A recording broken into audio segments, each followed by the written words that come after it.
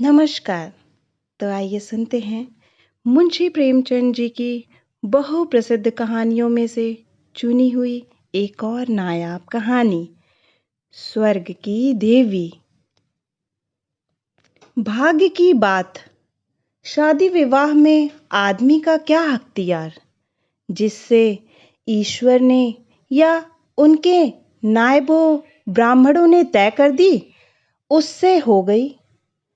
बाबू भारतदास ने लीला के लिए सुयोग्य वर खोजने में कोई बात उठा नहीं रखी, लेकिन जैसा घर वर चाहते थे वैसा ना पा सके। वह लड़की को सुखी देखना चाहते थे, जैसा हर एक पिता का धर्म है, किंतु इसके लिए उनकी समझ में संपत्ति ही सबसे जरूरी चीज थी। चरित्र या शिक्षा का स्थान गौण था। चरित्र तो किसी के माथे पर लिखा नहीं रहता, और शिक्षा का आजकल के जमाने में मूल्य ही क्या। हाँ, संपत्ति के साथ शिक्षा भी हो तो क्या पूछना। ऐसा घर उन्होंने बहुत ढूंढा पर ना मिला। ऐसे घर हैं ही कितने जहां दोनों पदार्थ मिले।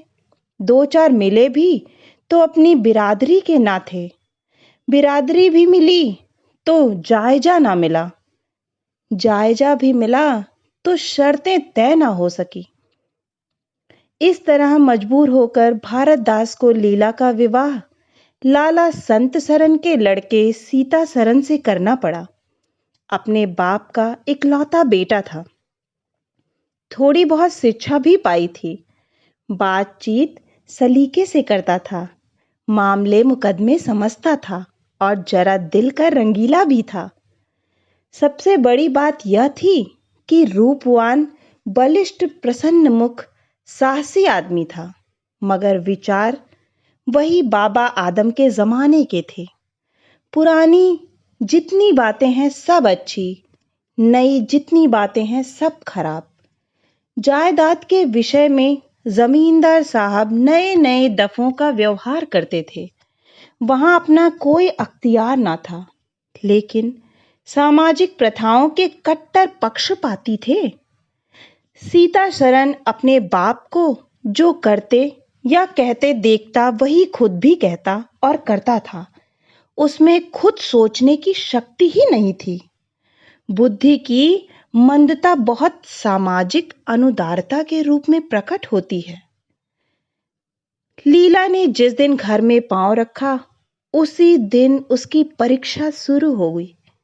वे सभी काम जिनकी उसके घर में तारीफ होती थी यहाँ वर्जित थे। उसे बचपन से ताजी हवा पर जान देना सिखाया गया था। यहाँ उसके सामने मुंह खोलना भी पाप था। बचपन से सिखाया गया था रोशनी ही जीवन है। यहाँ रोशनी के दर्शन भी दुर्लभ थे। घर पर अहिंसा, क्षमा और दया ईश्वरी गुण बताए गए थे। यहाँ इसका नाम लेने की भी स्वाधीनता ना थी। संत सरन बड़े तीखे, गुस्सेवर आदमी थे। नाक पर मक्खी ना बैठने देते। धूर्तता और छल कपट से ही उन्होंने जायदाद पैदा की थी और उसी को सफल जीवन का मंत्र समझते थे। उनकी पत्नी उनसे भी 2 अंगुल आगे। मजाल क्या कि बहू अपनी अंधेरी कोठरी के द्वार पर खड़ी हो जाए या कभी छत पर टहल सके। प्रलय आ जाता, आसमान सिर पर उठा लेती। उन्हें बकने का मर्ज था। दाल में नमक का जरा तेज हो जाना उन्हें दिन भर बकने के लिए काफी बहाना था। मोटी ताजी महिला थी। छींट का घाघरेदार लहंगा पहने, पानदान बगल में रखे, गहनों से लदी हुई, सारे दिन बरोटे में माची पर बैठी रहती थी। क्या मजाल कि घर में उनकी इच्छा के विरुद्ध एक पत्ता भी हिल जाए।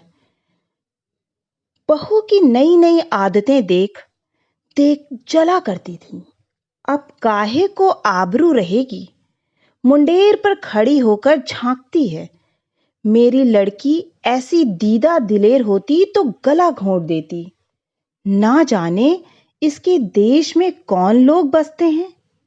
गहने नहीं पहनती, जब देखो नंगी बुच्ची बन बैठी रहती है। यह भी कोई अच्छे लक्षण है? लीला के पीछे सीता सरन पर भी फटकार पड़ती। तुझे भी चांदनी में सोना अच्छा लगता है? क्यों? तू भी अपने को मर्द कहेगा? वह मर्द कैसा कि औरत उसके कहने में ना रहे। दिन भर घर में घुसा रहता है, मुंह में जबान नहीं है। समझता क्यों नहीं? सीता सरन कहता, अम्मा जब कोई मेरे समझाने से माने तब तो। माँ, मानेगी क्यों नहीं? तू मर्द है कि नहीं? मर्द वह चाहिए कि कड़ी निगाह से देखे तो औरत कांप उठे। सीता सरन, तुम तो समझाती ही रहती हो। माँ, मेरी उसे क्या परवाह? समझती होगी बुढ़िया 4 दिन में मर जाएगी, तब मैं मालकिन हो जाऊंगी। सीता सरन, तो मैं भी तो उसकी बातों का जवाब नहीं दे पाता। देखती नहीं हो कितनी दुर्बल हो गई है। वह रंग ही नहीं रहा। उस कोठरी में पड़े पड़े उसकी दशा बिगड़ती जाती है। बेटे के मुंह से ऐसी बातें सुन माता आग हो जाती है और सारे दिन जलती। कभी भाग्य को कोसती, कभी समय को।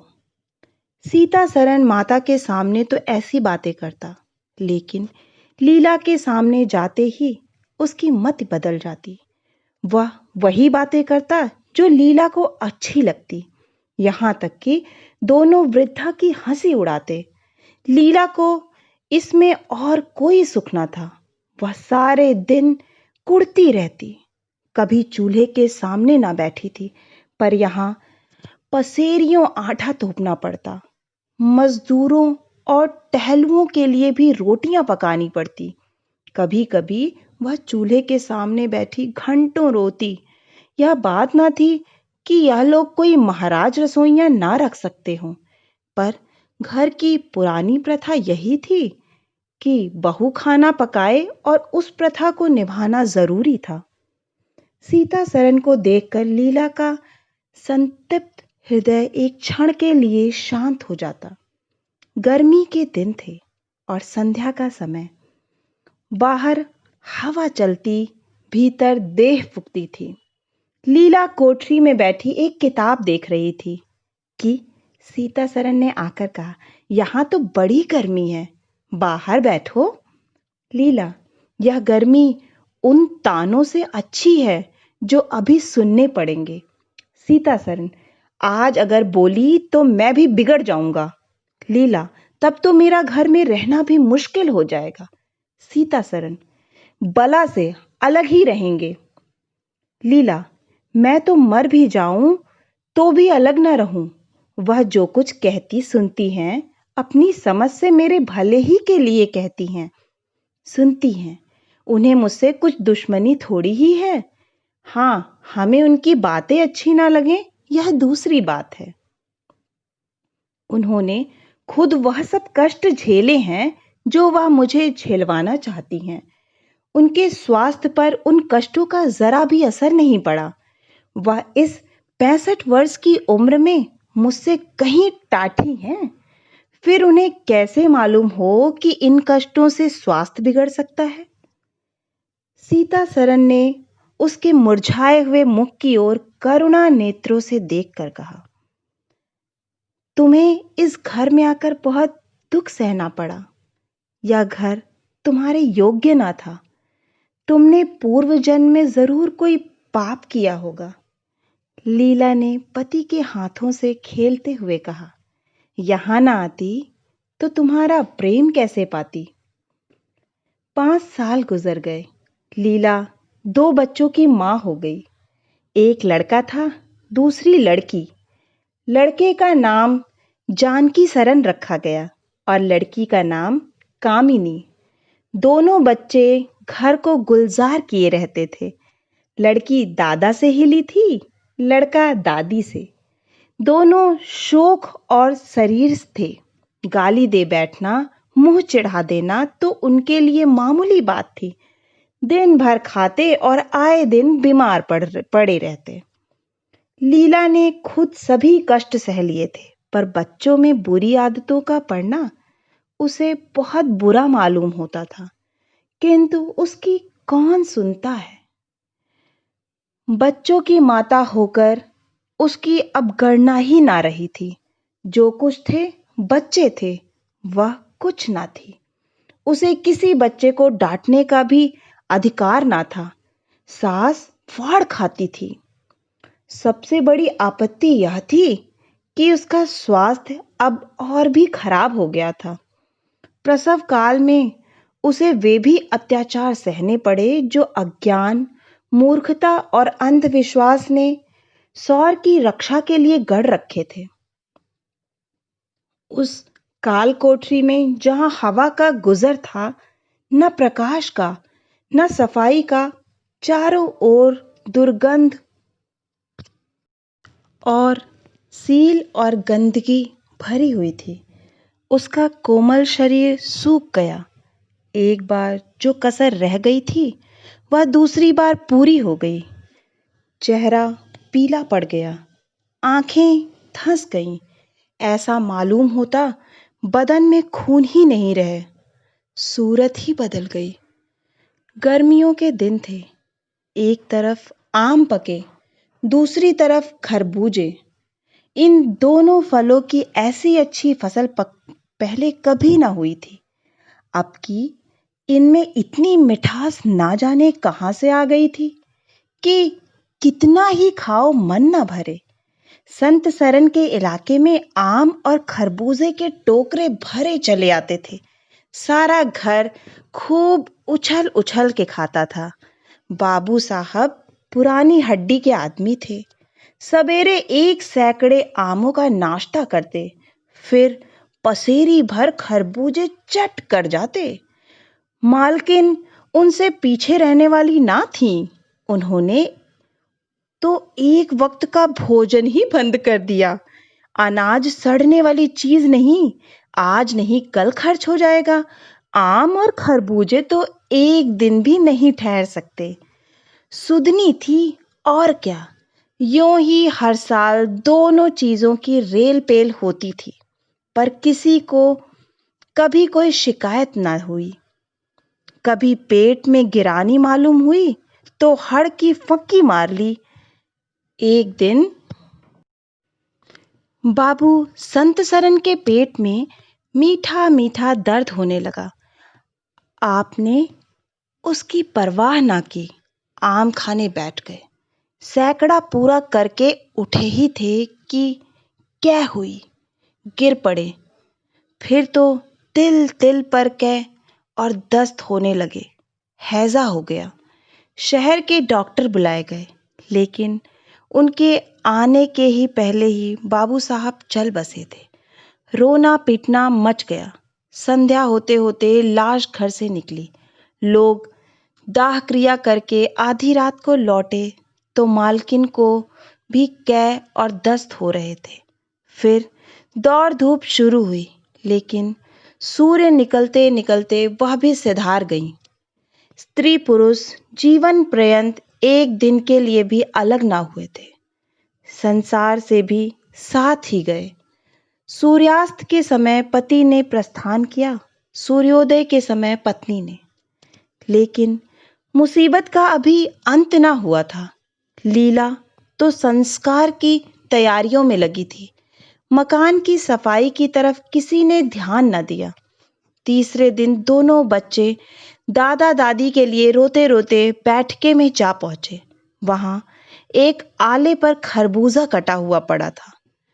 2-3 कलमी आम भी रखे थे। इन पर मक्खियां भिनक रही थीं।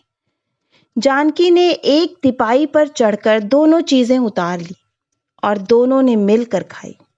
शाम होते होते दोनों को हैजा हो गया और दोनों माँ बाप को रोता छोड़ चल बसे। घर में अंधेरा हो गया। 3 दिन पहले जहां चारों तरफ चहल पहल थी, वहां अब सन्नाटा छाया हुआ था। किसी के रोने की आवाज भी सुनाई न देती थी। रोता ही कौन? ले दे के कुल 2 प्राणी रह गए थे और उन्हें रोने की सुध न थी। लीला का स्वास्थ्य पहले भी कुछ अच्छा न था, अब तो वह और भी बेजान हो गई। उठने बैठने की शक्ति भी ना रही, हरदम खोई सी रहती। ना कपड़े लत्तों की सुध थी, ना खाने पीने की। उसे ना घर से वास्ता था, ना बाहर से। जहां बैठती वहीं बैठी रह जाती। महीनों कपड़े ना बदलती, सिर में तेल ना डालती। बच्चे ही उसके प्राणों के आधार थे।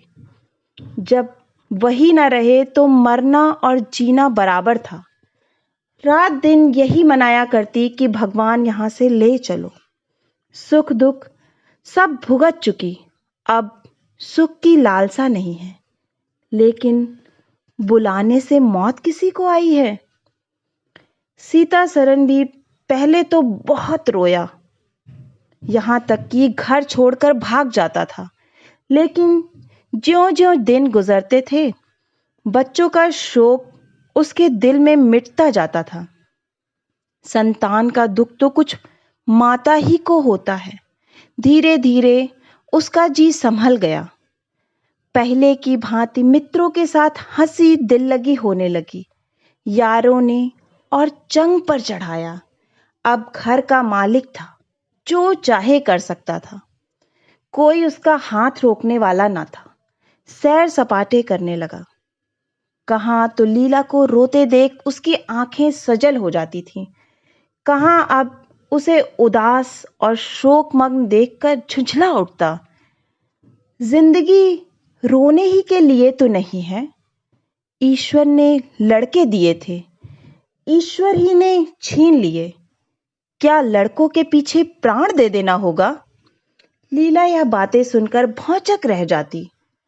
पिता के मुंह से ऐसे शब्द निकल सकते हैं? संसार में ऐसे प्राणी भी हैं? होली के दिन थे। मर्दाने में गाना बजाना हो रहा था। मित्रों की दावत का भी सामान किया गया था। अंदर लीला जमीन पर पड़ी हुई रो रही थी। त्योहारों के दिन उसे रोते ही कटते थे। आज बच्चे होते तो अच्छे अच्छे कपड़े पहने कैसे उछलते फिरते। वही न रहे तो कहाँ की तीज और कहाँ का त्योहार।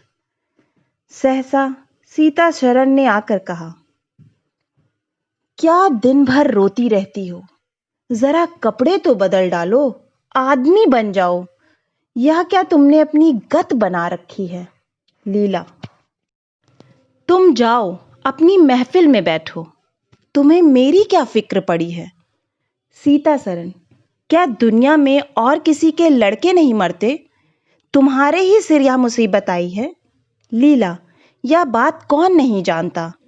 अपना अपना दिल ही तो है, उस पर किसी का बस है। सीतासरन, मेरे साथ भी तो तुम्हारा कुछ कर्तव्य है।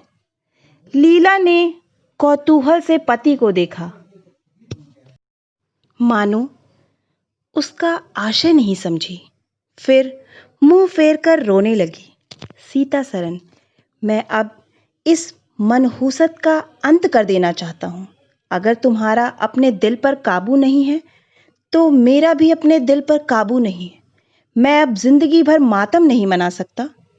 लीला, तुम राग रंग मनाते हो, मैं तुम्हें मना तो नहीं करती। मैं रोती हूँ तो रोने क्यों नहीं देते?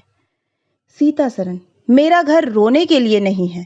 लीला, अच्छी बात है, तुम्हारे घर में ना रोऊंगी। लीला ने देखा, मेरे स्वामी मेरे हाथों से निकले जा रहे हैं। उन पर विषय का भूत सवार हो गया है और कोई समझाने वाला नहीं। वह अपने होश में नहीं है। मैं क्या करूं? अगर मैं चली जाती हूं तो थोड़े ही दिनों में सारा घर मिट्टी में मिल जाएगा और इनका वही हाल होगा जो स्वार्थी मित्रों के चंगुल में फंसे हुए नौजवान रईसों का होता है। कोई उल्टा घर में आ जाएगी और इनका सर्वनाश कर देगी। ईश्वर, मैं क्या करूं? अगर इन्हें कोई बीमारी हो जाती तो क्या मैं उस दशा में इन्हें छोड़कर चली जाती? कभी नहीं। मैं तन मन से इनकी सेवा शुश्रा करती, ईश्वर से प्रार्थना करती, देवताओं की मनौतियां करती। माना इन्हें शारीरिक रोग नहीं है, लेकिन मानसिक रोग अवश्य है। आदमी रोने की जगह हंसे और हंसने की जगह रोए, उसके दीवाना होने में क्या संदेह है। मेरे चले जाने से इनका सर्वनाश हो जाएगा, इन्हें बचाना मेरा धर्म है। हाँ, मुझे अपना शोक भूल जाना होगा। रोऊंगी, रोना तो तकदीर में लिखा ही है।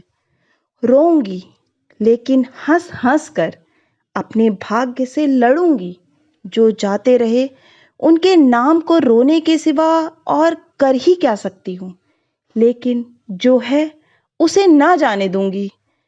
आह, ऐ टूटे हुए हृदय, आज तेरे टुकड़ों को जमा करके एक समाधि बनाऊं और अपने शोक को उसके हवाले कर दूं। ओ रोने वाली आंखें, आओ, मेरे आंसुओं को अपनी विहन से छटा में छिपा लो। आओ मेरे आभूषणों, मैंने बहुत दिनों तक तुम्हारा अपमान किया, मेरा अपराध क्षमा करो।